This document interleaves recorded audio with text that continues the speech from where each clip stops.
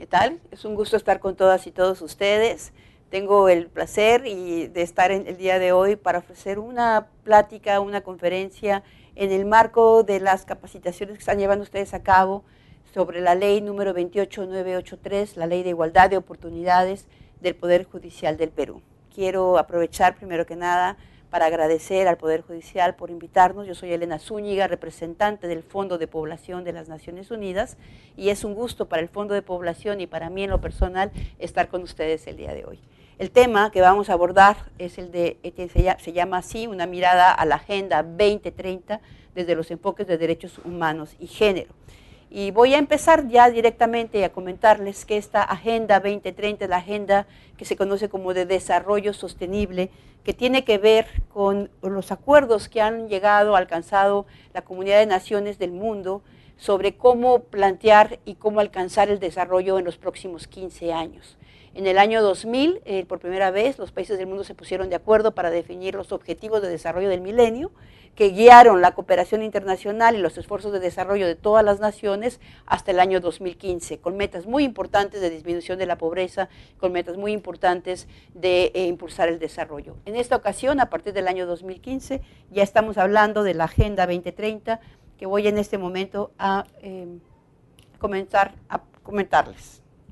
Bueno, la Agenda 2030 constituye verdaderamente una oportunidad histórica y sin precedentes para unir a los países y mejorar la vida de las personas. La gran meta de la Agenda 2030 es poner fin a la pobreza, ya no solamente reducirla, sino realmente ponerle fin, sobre todo a la pobreza extrema, y por primera vez reducir las brechas de desigualdad. La Agenda 2030 tiene como gran objetivo no dejar a nadie atrás, y eso significa abatir con las profundas desigualdades que lamentablemente hemos visto crecer a lo largo de estas décadas. Los Objetivos de Desarrollo Sostenible se encuentran orientados a concluir la labor realizada por los Objetivos de Desarrollo del Milenio, como bien decíamos, ¿verdad? Y buscando construir sociedades con justicia social, que se fundamenten en la promoción y defensa de los derechos humanos de las personas sin discriminación alguna. De esta manera, la Agenda 2030 nos plantea un enorme desafío: identificar y abordar los arraigados factores determinantes de la exclusión. Como decíamos, que nadie quede atrás. Otra de las características que tiene esta agenda es que busca tener un enfoque integral, un enfoque holístico, un enfoque inclusivo. Sus objetivos son universalmente válidos, o sea que aplican para los países en desarrollo y los países desarrollados, y tienen en consideración los derechos sociales, económicos, ambientales y culturales sobre el desarrollo. Se trata de transformar al mundo para atender mejor las necesidades humanas, protegiendo al mismo tiempo el medio ambiente y garantizando la paz, ¿no? La paz, el Estado de Derecho, realmente que haya plena vigencia del Estado de Derecho y el pleno disfrute de los derechos humanos. Los Objetivos de Desarrollo Sostenible son 17 objetivos que buscan alcanzar todos ellos: prosperidad, paz, atender las necesidades de las personas, proteger el planeta, y para lo cual se establece como fundamental establecer alianzas tanto de todos los sectores involucrados en nuestra sociedad como de todos los países del mundo. Son, como decía, 17 objetivos de desarrollo sostenible. Y en el tema que a nosotros nos preocupa el día de hoy, que tiene que ver con el tema de género, podemos ver en estos 17 objetivos de desarrollo sostenibles que los 17 tienen un enfoque de género, que los 17 están mirando a las desigualdades que existen, que lamentablemente persisten entre hombres y mujeres, y buscar disminuir esas desigualdades o eliminarlas. Sin embargo, también tiene un solo objetivo, que se llama el objetivo número 5, que busca la igualdad de género y el empoderamiento de las mujeres y las niñas. Este objetivo número 5, denominado lo que pretende lograr la igualdad entre los géneros y empoderar a todas las mujeres y las niñas, tiene también a su vez 9 metas, ¿verdad? 9 metas que busca alcanzar, que están todas ellas vinculadas o articuladas a lo que se conoce como las 3 autonomías que determinan el grado de bienestar y de empoderamiento y de participación con igualdad de condiciones de las mujeres en la sociedad. La autonomía física, la autonomía económica y la autonomía política. Y en estos tres tipos de autonomía se pueden identificar básicamente 6 de las metas que establece el Objetivo de Desarrollo Sostenible número 5, y además hay 3 más que tienen que ver con las 3 tipos de autonomía. Yo en este momento me voy a detener solamente a hablar de la autonomía física.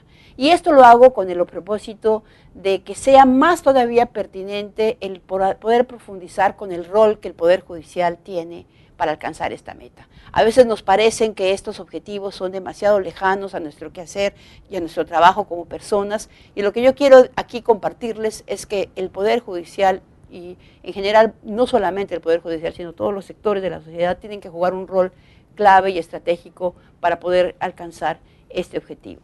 Y en autonomía física voy a abordar el tema de garantizar el acceso a la salud sexual y reproductiva y a los derechos reproductivos, que es el primer objetivo que se propone, eliminar prácticas nocivas, que en el caso de nosotros todavía nos afecta, como es el matrimonio a muy temprana edad o el matrimonio infantil, y eliminar la violencia, sobre todo la violencia basada en género.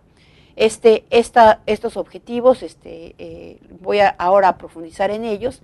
En una u otra ocasión podremos hablar de lo que tiene que ver con autonomía económica y autonomía política, también de mucho interés y también de mucho interés para el Poder Judicial, pero quizás ahora podemos profundizar sobre todo en el primer tema. Entonces el objetivo de número 5 establece como en su meta 5.6 asegurar el acceso universal a la salud sexual y reproductiva y los derechos reproductivos. ¿Qué implica asegurar estos derechos? Implica garantizar el derecho a decidir cuántos hijos tener y cuándo tenerlos, es un derecho que gozan todas las personas. El gozar una maternidad segura, sana, saludable, ¿no? Una maternidad en la cual no haya ese riesgo de muerte innecesario y predecible que lamentablemente sigue afectando a nuestros países. Tener y crear hijos sanos, eso significa también reducir la mortalidad perinatal, la mortalidad infantil, ¿no? Y garantizar el crecimiento y desarrollo de los niños. Y vivir la propia sexualidad sin riesgo de enfermedad y libre de coacción o violencia, ¿verdad? Ese es un tema muy importante, libre de coacción o violencia. Y en ese sentido también tenemos, como vamos a ver ahora, en América Latina y particularmente también en Perú, unos desafíos muy importantes, ¿verdad? Entonces estamos hablando de que estos son derechos humanos, es un derecho, el derecho a acceder a información y servicios de planificación familiar, a hacerlo de manera voluntaria y a garantizar el acceso a la información y los insumos para poder cristalizar las preferencias reproductivas de cualquier persona que lo necesite. Y aquí quizás voy a detenerme un poco en esta lámina que estoy aquí abordando. ¿Qué vemos en el caso del Perú en este ámbito? Por un lado vemos que ha habido un incremento muy importante en la prevalencia en el uso de métodos anticonceptivos entre las mujeres unidas a lo largo de las últimas décadas. Sin embargo, hay un elemento y un indicador que nos sugiere que debemos considerar con cuidado si estamos teniendo acceso a una planificación familiar segura y voluntaria, ¿verdad? Sobre todo una planificación familiar segura. Y en ese sentido, comentarles que el uso de métodos anticonceptivos modernos se ha mantenido en alrededor del 50% desde el año 2000 en el Perú. Esto significa que que solamente 1 de cada 2 mujeres está accediendo a métodos anticonceptivos de más efectividad, de mayor efectividad, lo cual está resultando lamentablemente en un muy alto porcentaje de embarazos no planificados o no deseados en ese momento. En el Perú, más de la mitad de los nacimientos son nacimientos no planificados o no deseados en ese momento. Eso está indicando un problema importante en el ejercicio de este derecho a decidir cuántos hijos tener y cuándo tenerlos. Por otro lado, todavía persiste una elevada mortalidad materna, si bien también hay que destacar y reconocer que el Perú ha hecho esfuerzos muy importantes y ha logrado disminuir significativamente la muerte materna en los últimos 15 años. Perú se encuentra entre los países que más disminución registraron en los últimos 15 años de América Latina. Sin embargo, todavía el nivel de la mortalidad materna es elevado. En un estudio de las diferentes agencias para América Latina, identifica en 68 muertes maternas por 100.000 nacidos vivos en el caso del Perú, ¿verdad? Con una disminución muy importante en los últimos 15 años. Sin embargo, los datos que tiene el propio Perú son datos más elevados, lo cual nos indica todavía que la mortalidad materna es elevada y que es necesario incidir en ella y garantizando una mayor probabilidad de sobrevivencia, ¿verdad?, para las mujeres que se se embarazan. La mayor parte de las muertes maternas, lamentablemente, son prevenibles, no tendrían que haber ocurrido y su impacto es tremendamente grave, no solo porque la mujer pierde el derecho a la vida, ¿verdad?, sino porque sus hijos, lamentablemente, suelen quedar en condiciones muy desfavorables. La mortalidad materna es mucho más alta en las áreas rurales, es mucho más alta en ciertas regiones del país, sobre todo en la selva, en donde menos es el acceso a los servicios de salud. Por eso es importante mirar a esos sectores que están más rezagados para el ejercicio de este derecho. Y por otro lado tenemos un tema muy relevante para el Perú, que es la persistencia de barreras, de obstáculos que enfrentan las y los adolescentes para acceder a la educación integral de la sexualidad, para acceder a la información y los servicios de salud sexual y reproductiva, lo que afecta severamente su derecho al desarrollo, ¿verdad? Porque el embarazo a temprana edad está significando también restricciones para acceder a otras oportunidades de desarrollo, como es continuar en la escuela, como es formar una familia a más tardíamente, ¿no? Cuando las mujeres inician una vida conyugal a muy temprana edad, suelen experimentar con mucho mayor frecuencia violencia, con mucho mayor frecuencia también, no solamente violencia por parte de la pareja, sino por parte de otros miembros de la familia. Y en ese tema me voy a detener un poco en este momento para mencionarles cómo están ocurriendo estas transiciones cruciales a la vida adulta en el Perú. Estamos hablando de una primera transición, es el inicio de la vida sexual, y que estamos viendo que en el caso del Perú, alrededor del 80% de las mujeres en el área rural inicia su vida sexual antes de cumplir 20 años de edad.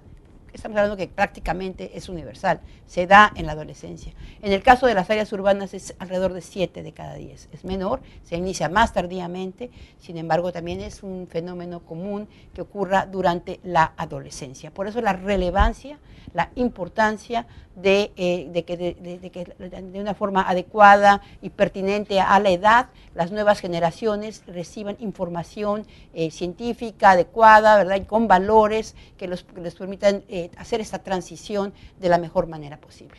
Esta transición también está vinculada con otra que es muy importante, que tiene que ver con el formar uniones o vivir en pareja, vivir en matrimonio. En el caso de las chicas en el área rural, antes de cumplir 20 años de edad, la probabilidad de que ya estén unidas o casadas es del 58%. Quiere decir que 6 de cada 10 en el área rural van a estar viviendo en unión marital antes de cumplir 20 años de edad durante la adolescencia, y 1 de cada 3 en el área urbana. O sea, aquí ya podemos empezar a ver las grandes diferencias que presentan entre las mujeres del área urbana y del área rural. Las generaciones jóvenes del área rural inician su vida sexual muy temprano y muy rápidamente van a formar una vida en pareja. Mientras que en el área urbana, ¿verdad?, se inicia un poquito más tardía la transición al inicio de la vida sexual, pero sin embargo es mucho más postergado la vida en unión o matrimonio. O sea, las mujeres tienen más oportunidades para prevenir embarazos, tienen muchas más oportunidades para decidir cuándo tener un hijo con respecto a las mujeres del área rural. Lo vamos a ver también en la última transición, que se refiere a la maternidad, a convertirse en madres, y vemos que más de 1 de cada 2 mujeres en el área rural, jóvenes, se van a convertir en madres antes de cumplir 20 años de edad, mientras que en el caso de las mujeres urbanas esto lo va a ser en un porcentaje todavía mucho menor, en 29%. Estos son los mundos, ¿verdad? ¿Cuáles son las grandes diferencias que hay en ello? Tiene que ver con acceso a información, tiene que ver con la autoestima, tiene que ver con proyectos de vida, tiene que ver con oportunidades de desarrollo y tiene que ver significativamente con oportunidades de información y acceso a métodos anticonceptivos, ¿verdad?, que permitan planificar y ejercer este derecho que tienen todas las personas sin distinción de edad, el derecho a decidir cuándo convertirse en madres, cuándo iniciar una vida en pareja, cuándo iniciar su vida sexual. Si nos vamos a un dato mucho más dramático, que es antes de los 15 años de edad, aquí lo que yo quiero distinguir es la enorme diferencia que existe entre las regiones del Perú, ¿verdad? Mientras que en Lima estamos hablando de un porcentaje muy pequeñito que inicia su vida sexual alrededor del casi 6%, que es es grande para hacer un inicio de la vida sexual antes de los 15 años de edad, ¿verdad? En la costa es alrededor del 6%, cuando vamos a la sierra ya va subiendo más, se va acercando más al 10%, pero cuando llegamos a la selva, este porcentaje es de 1 de cada 5 chicas, de cada 5 niñas que antes de cumplir 15 años de edad han iniciado su vida sexual. Esta enorme disparidad también tiene que ver con la enorme disparidad que observamos en el ámbito también de la maternidad y de la unión. Sobre todo la unión temprana, cuando vemos que hay un porcentaje cercano a 8 o 9% de niñas en la sierra y en la selva que viven en unión a esas edades, estamos hablando de uniones infantiles, de prácticas nocivas que deberían no estar permitidas y que está significando un enorme riesgo para las chicas de esas regiones, ¿verdad?, en todo su futuro. ¿No? En todo su futuro, el ser madres a temprana edad, el vivir en pareja tan tempranamente. Bueno, yo quisiera destacar aquí que en el caso de Perú, ¿verdad?, estamos también siendo testigos de una situación muy complicada y muy dramática. Cada día, 4 niñas menores de 15 años de edad están teniendo hijos, están dando a luz un niño nacido vivo en los hospitales del Ministerio de Salud o en los centros de salud del Ministerio de Salud. Estos son datos que provienen del Registro Nacional de Identificación y Estado Civil del RENIEC, que están dando cuenta de la cantidad de niñas, madres, que están registrando a sus hijos, ¿verdad?, a estas edades, lo cual es un drama. Si lo consideramos también a las niñas de 15 años, que siguen siendo unas chicas, ¿verdad?, estamos hablando de 15 nacimientos al día, 15 nacimientos al día de chicas de 15 años o menos que se convierten en madres o que son madres en el Perú. El tema del embarazo adolescente nos debe llevar a reflexionar.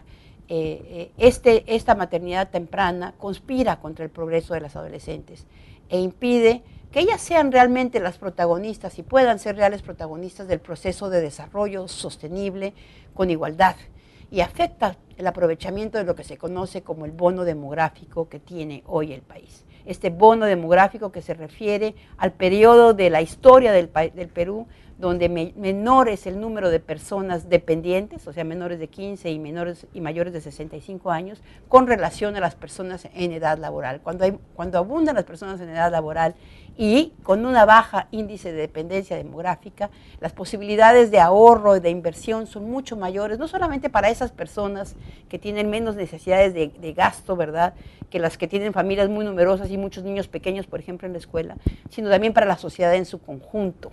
Tiene mucho mayor capacidad de estimular el ahorro y con ello estimular la producción y con ello el crecimiento económico del país. Este bono demográfico se termina, tiene un periodo de tiempo, un periodo de duración, y se está previsto que no más allá de 2 décadas o 3 décadas máximo tendrá como duración este periodo de ventaja demográfica. ¿Por qué se cierra? Se cierra porque la población adulta mayor empieza a crecer muy rápidamente y empieza a incrementar los índices de dependencia. Cuando eso pasa, se trata de sociedades envejecidas cuyo gasto, cuyo costo relacionado con las poblaciones en edades dependientes se incrementa significativamente, porque los costos en salud, los costos en seguridad social, esos costos son muy elevados, que los paga tanto la sociedad como las familias que tienen a su cargo a las poblaciones adultas mayores. Aprovechar este bono demográfico es la oportunidad que tiene Perú para mejorar ese futuro de población que va a envejecer, pero hacerlo con un envejecimiento más saludable, con mayor ahorro, con mayor capacidad de fortalecer los sistemas de protección social. Entonces, para terminar con el tema del embarazo adolescente y continuar con otro tema que me parece crucial para ustedes, los efectos del embarazo adolescente son multidimensionales y acumulativos. Su prevención efectiva es necesaria para cumplir con varios objetivos de desarrollo sostenible, no solamente con el objetivo número 5. Tiene que ver con mejorar los niveles educativos de las personas, tiene que ver con la reducción de la pobreza, porque ya bien sabemos que el embarazo temprano, la maternidad temprana, contribuye a este círculo negativo de transmitir la pobreza de madres a hijos, ¿verdad? Y hace muy difícil que las madres logren escapar de la pobreza.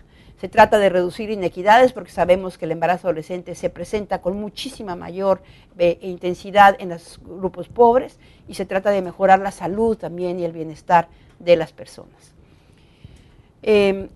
Vamos a continuar ahora con otro tema que tiene que ver con el objetivo número 5 y con la autonomía física, el tema de la violencia contra la mujer.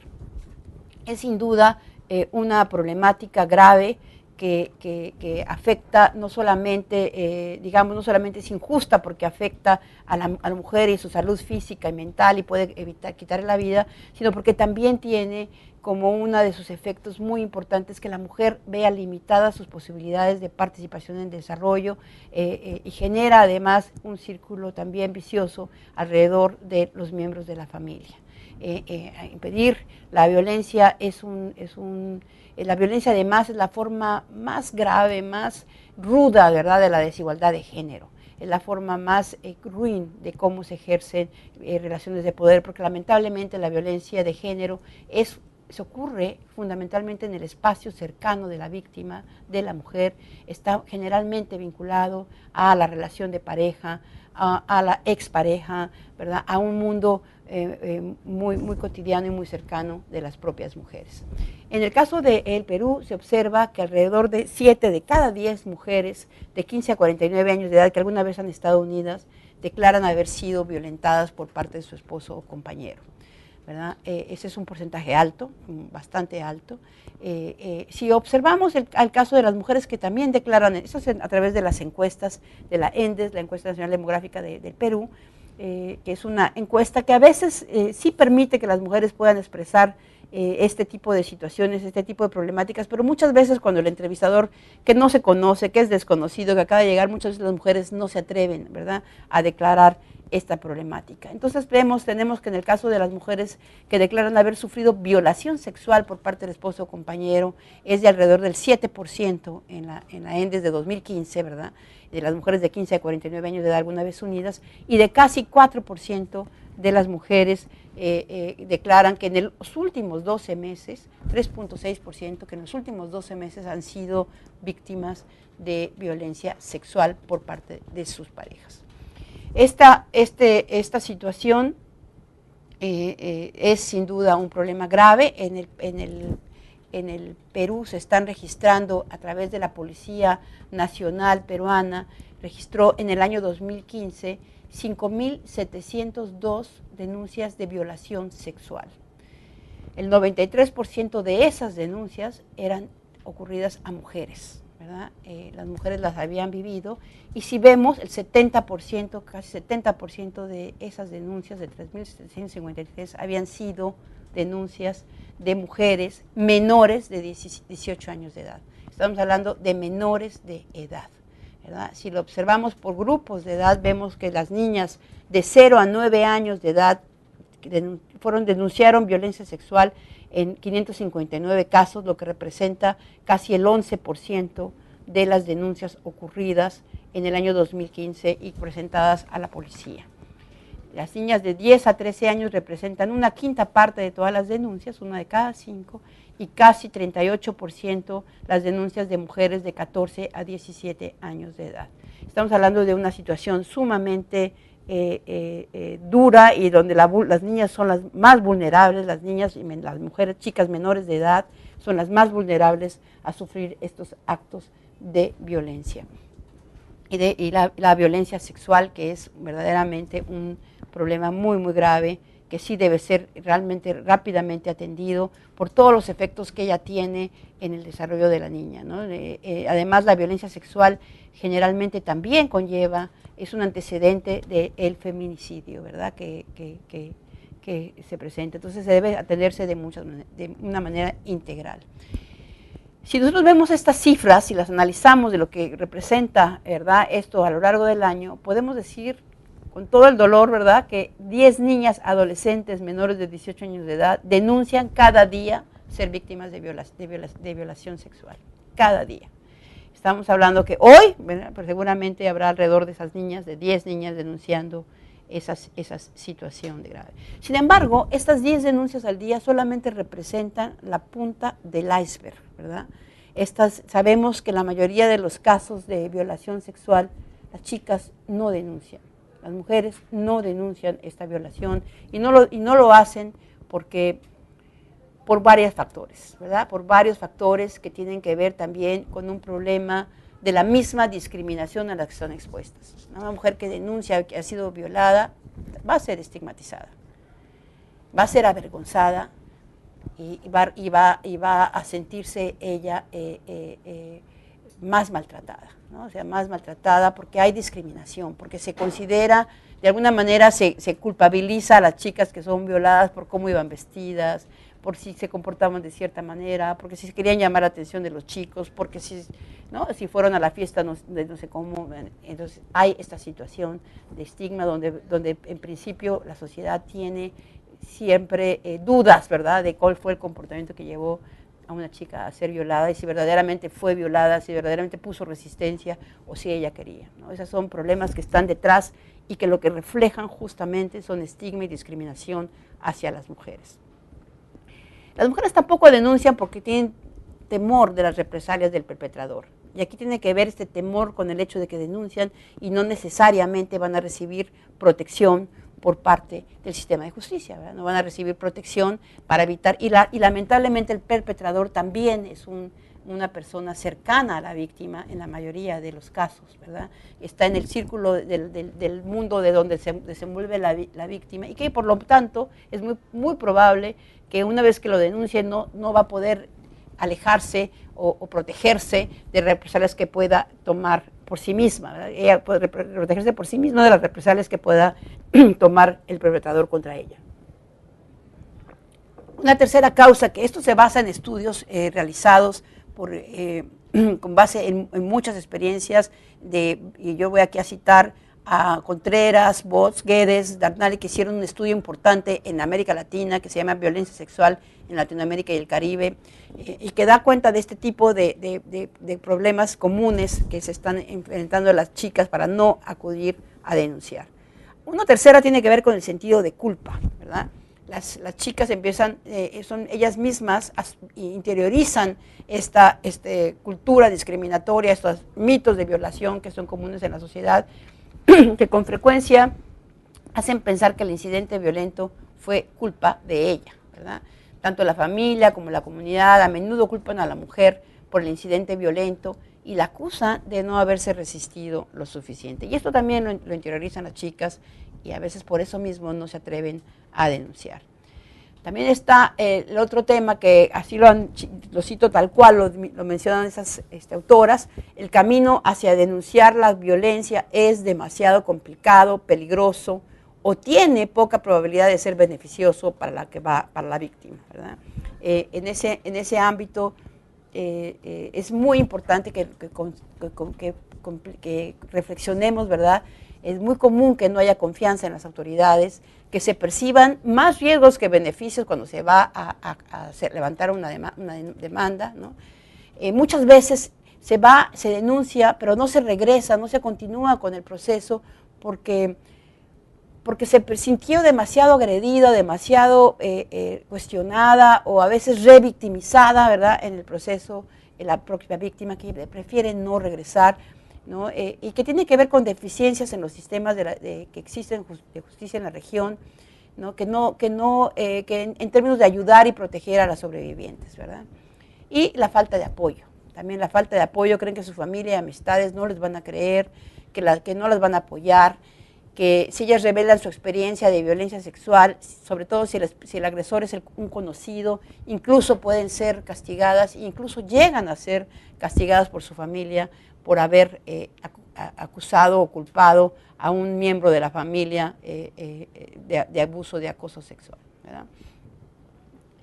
Entonces estamos en una situación en la cual, como ustedes pueden ver, el sistema de justicia tiene mucho que jugar, no solamente el sistema de justicia, ¿verdad?, que es todo un problema de toda la sociedad y todos los sectores que tenemos que abordar este problema.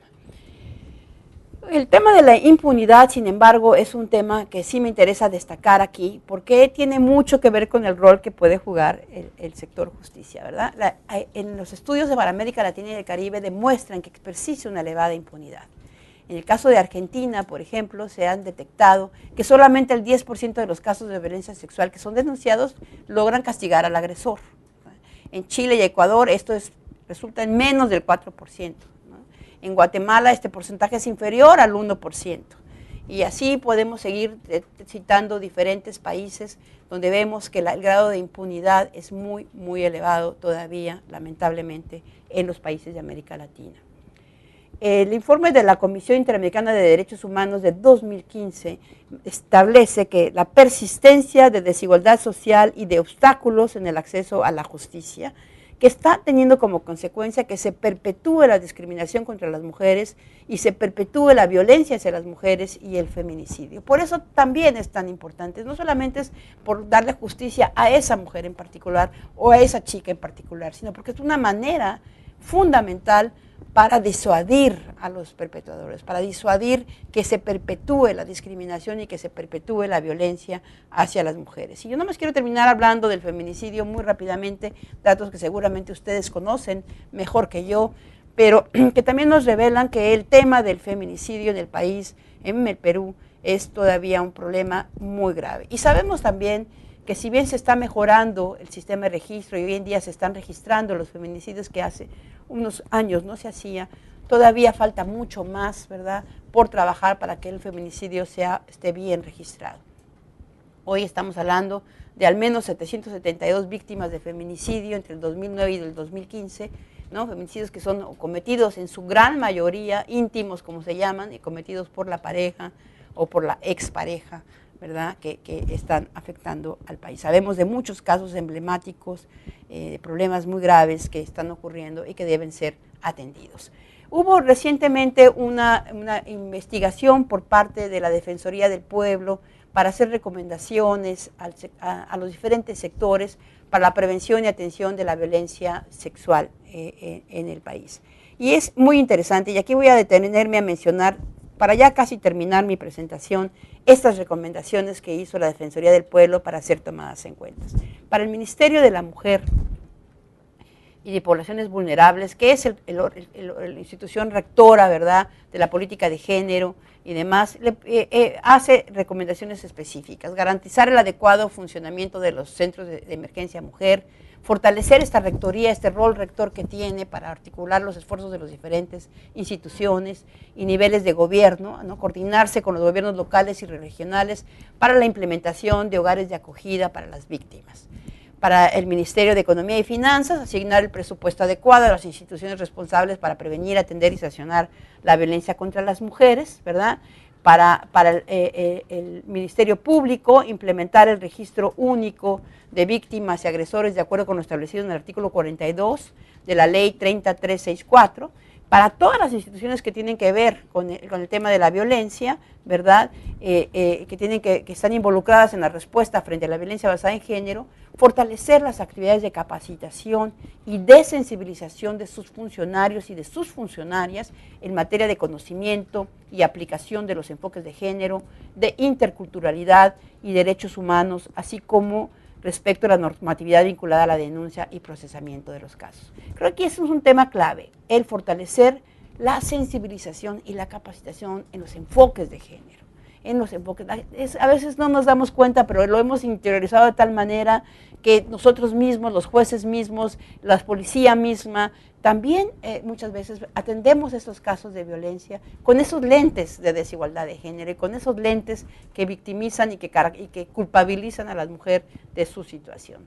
La Academia de la Magistratura se le recomienda incluir un curso obligatorio sobre la aplicación de los enfoques de género, derechos humanos e interculturalidad en el procesamiento de los casos de violencia contra la mujer. Al Ministerio de Justicia y Derechos Humanos de capacitar a los abogados y a las abogadas de los servicios de defensa pública con esos enfoques, ¿no? Y con respecto al nuevo Código Penal, y en general, diríamos, está el Ministerio Público y el Poder Judicial de crear e implementar las fiscalías y juzgados especializados en la investigación y sanción de los casos de violencia basada en género, y el Ministerio de Salud, garantizar la atención prioritaria de la salud física y mental de las mujeres víctimas de violencia basada en género, así como en el resguardo y conservación de los elementos probatorios de los hechos de violencia. Y aquí detenerme yo, comentarles que a nivel internacional, los estándares internacionales establecen que las víctimas de violencia sexual particularmente, deben tener acceso a ciertos profilaxis que pueden ayudar con un alto grado de certidumbre, si se aplican en menos de 72 horas, a evitar una infección generalizada para las mujeres, como hemos visto, porque existe la profilaxis para la atención de víctimas de violencia que incluye antibióticos de inmediato, ¿no? Evitar infecciones de transmisión sexual, porque incluye antirretrovirales, y evitar embarazos productos de esa violación, porque incluye la anticoncepción oral de emergencia. Garantizar el acceso a esta profilaxis es fundamental para evitar mayores daños a las víctimas de violencia sexual, ¿verdad? Entonces, todos, como pueden ver, todos los sectores tienen un rol que jugar, todos los sectores es relevante que participen en garantizar esta autonomía física de las mujeres y están tremendamente interrelacionados, ¿verdad? Si nosotros disminuimos o erradicamos la violencia sexual, vamos a disminuir un porcentaje muy importante de embarazos tempranos, de embarazos en la adolescencia y que conducen muy lamentablemente en contra de la voluntad de las chicas, muchas veces a uniones tempranas, a uniones infantiles. Es importante que miremos de manera integral esta situación de desigualdad que viven las mujeres, que pongamos mucho énfasis en las niñas de 10 a 17 años de edad, mucho cuidado cuando las niñas llegan a los 10 años, cuando las niñas alcanzan la pubertad, porque es ahí donde empiezan los mayores riesgos, ocurre a todas las edades, pero donde con mayor frecuencia se presentan las vulnerabilidades que las van a llevar a tomar quizás esas transiciones de las que hemos hablado de una manera no adecuada para su desarrollo integral, para su desarrollo personal, para poder participar plenamente del desarrollo y de los alcances, de los beneficios que el desarrollo está alcanzando, ¿verdad? Y contribuir a él como actores activos, como protagonistas de su desarrollo. Con esto terminaría. Es importante que miremos esta autonomía física de manera importante, que el sector justicia, se vea el Poder Judicial y todos los que comprenden el sector justicia, se vean claramente identificados el rol que juegan para alcanzar este objetivo que el Perú ha ratificado, ¿verdad? Y que logremos en ese sentido, alcanzar los objetivos de desarrollo sostenible, cuyas metas están fijadas para el año 2030, ¿verdad?